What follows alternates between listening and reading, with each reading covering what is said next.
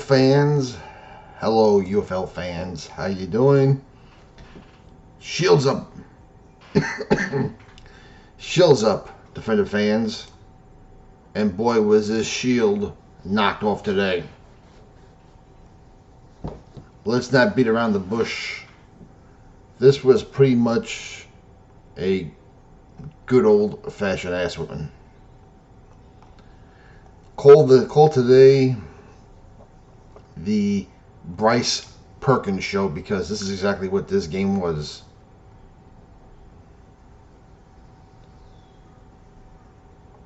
The moves he made today, I mean, his stats won't show it today either. Or at least on the passing end. I mean, he was 13 of 18 for 180 yards and 2 touchdowns, 142.8 rating. But what he made a difference was with his legs. 76 yards on 9 attempts, and he had a touchdown. So he had 3 touchdowns for the game. His long run was 31 yards. The man was unstoppable. And listen, that Blake Williams defense was humbled today. He had the fact that Tua had almost 100 yards rushing, and the Michigan Panthers dominated the ground game today. Not to be forgotten, Jordan Tamil was 19 of 36 for 259 yards, 2 touchdowns. Not a bad game, but he was outshined by the potential league MVP Bryce Perkins. Let's call it for what it is. And of course, the biggest play of the game was the penalty where they set up for a 40-yard field goal, and Deontay Edwards of the defenders leaps over the offensive line early, hits someone ahead, the missed field goal. They give him another life. They give him 15 yards. First and goal, I think, was at the 5-yard line. Panther score, and you could pretty much turn the set off of there.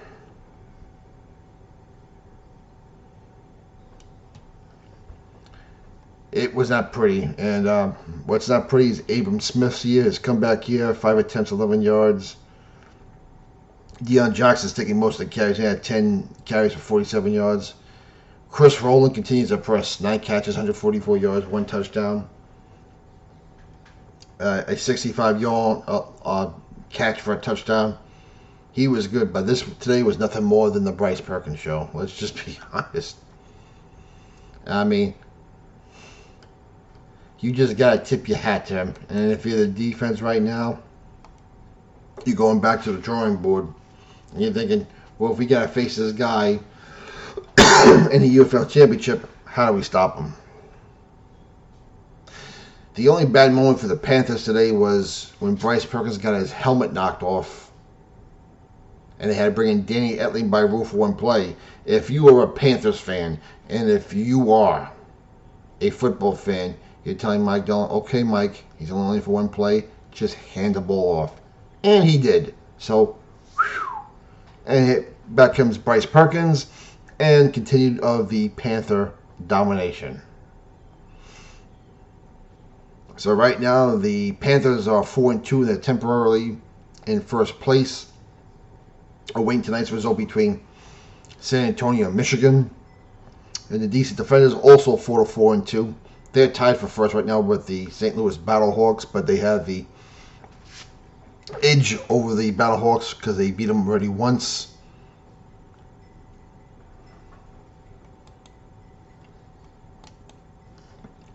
And going the next week, it will be a short week for both DC and San Antonio because they will play the Friday night game of the week on Fox. DC will be in San Antonio for it's going to be, looks like a full game homestand now for the Brahmas. They're going to play weeks 7 through 10 at home. Well, good for them. They had to open up the first 4 weeks on the road.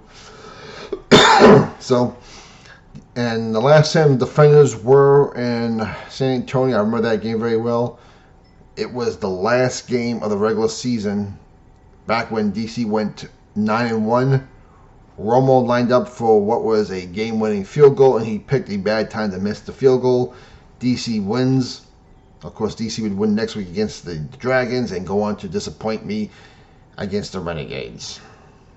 As for the Panthers, they will be on the road next week. They'll have the Saturday game against the Arlington Renegades, which should be a good game also. So all we got left for week 6